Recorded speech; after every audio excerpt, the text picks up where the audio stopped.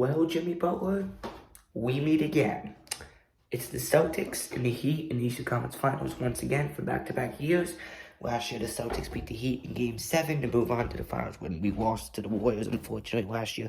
But that means nothing for this season because I can already tell, yes, the Celtics are where they are from last year in the playoffs, but this team plays a lot different. And I'll explain that in this video. We did a video kind of like this a while back with the Bruins, and we all know what happened then. We're not going to talk about the Bruins anymore. It's all about the Celtics because they have a chance to get back to the finals, and hopefully this is the year for this team to finally win the finals and get our 18th title as a team, and that'll make us the team that has the most finals in NBA history. We are tied with the Lakers at 17. That would be crazy if we get a Celtics Lakers finals to see who gets the 18th title. But we have to get through the Eastern Conference Finals, and then we'll see what happens in the Boston Conference Finals if we move on. Hopefully it's a when, not an if. But we're going to say it's an if because we're not even at Game 1 yet as I'm recording this. So, again, Jimmy Butler, we meet again. The Celtics, unbelievable second half in Game 7 between the 76ers in the second round Eastern semifinals.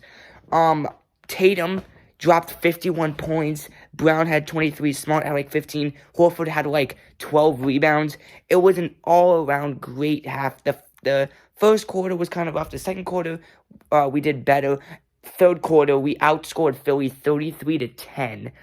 That's unbelievable. And the fourth quarter, we just finished the job off, pretty much. So, if we can just come out with that same energy for most of these games, playing the Heat, again, as I almost fell, we could get back to the finals once again, but it's going to take a lot of work. Yes, the Miami Heat might be the 8th seed, but they beat the number 1 seed, even though the Bucks had a lot of injuries. But, they won 2 rounds, so it's going to be tough. So, I'm very nervous. It's going to be a shorter video than usual, probably the same width as the basketball video, the basketball video I made.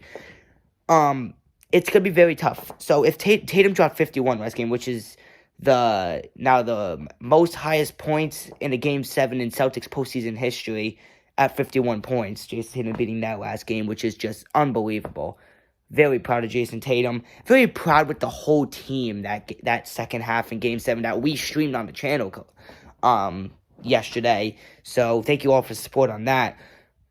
Unbelievable all-around game. Just put that same energy we had in the second half and put it into this whole series and try to get to the final either between the Nuggets or the Lakers.